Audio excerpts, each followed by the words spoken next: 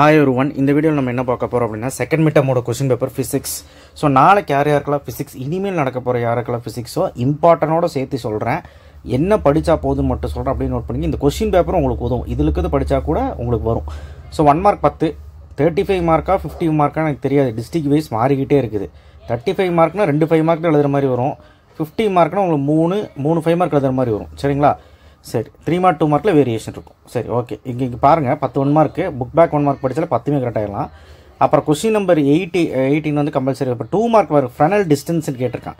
ஃப்ரனல் டிஸ்டன்ஸை விட Huygens principal ரொம்ப important, நாளைக்கு கேட்பாங்க. அடுத்தது photo cell important, closest distance approach important.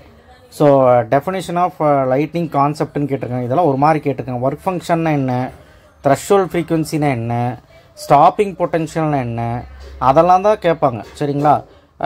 7th யூனிட்டை விட 8th யூனிட்லுக்கு எல்லாமே நீங்கள் படிச்சிருங்க. 9th யூனிட்டில் கூட ரொம்ப இம்பார்ட்டன்ட் மட்டும் பார்த்தா போதும். சரிங்களா? அடுத்தது இம்பார்ட்டன்ட் வந்து சொல்ல மறந்துட்டு இம்பார்ட்டன்ட் டிஸ்கிரிப்ஷன் பாக்ஸில் வச்சுருக்கேன். டிஸ்கிரிப்ஷன் பாக்ஸில் இம்பார்ட்டன்ட் கொஸ்டின் இருக்குது. அந்த வீடியோ எடுத்து பார்த்தீங்கன்னா ஒரு பிடிஎஃபோட கிடைக்கும். அடுத்தது சம்மு வந்து இந்த சம் ரொம்ப இம்பார்ட்டன்ட். இந்த சம்மே நீங்கள் பார்த்தீங்கன்னா கூட வர்றக்கு வாய்ப்பு இருக்குது, அந்த மாதிரி இம்பார்ட்டன்ட். அடுத்தது ஃப்ரனல் ஃப்ரான்ஆஃபர் வெரி இம்பார்ட்டன்ட். அது கூட இன்டர்ஃபரன்ஸ் டைப் ஃப்ராக்ஷன் படிச்சு ப்ரூஸ்டர்ஸ் லா படிச்சுங்க. ப்ரூஸ்டர்ஸ் லா வந்து எக்ஸ்ப்ளனேஷனோட எழுதணும். லா மட்டும் இல்லை, எக்ஸ்ப்ளனேஷனோட எழுதணும்.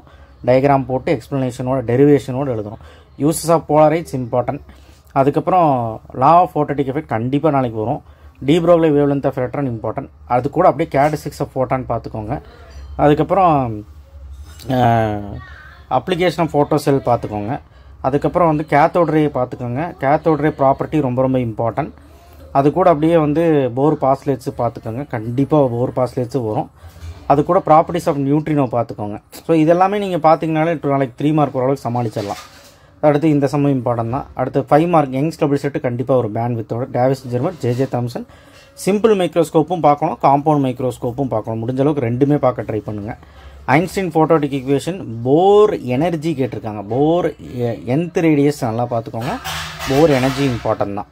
ஸோ ஆக மொத்தத்தில் வந்து பார்த்திங்கன்னா 7th லெசனாக இருந்தால் Young's double slit, compound microscope, simple microscope.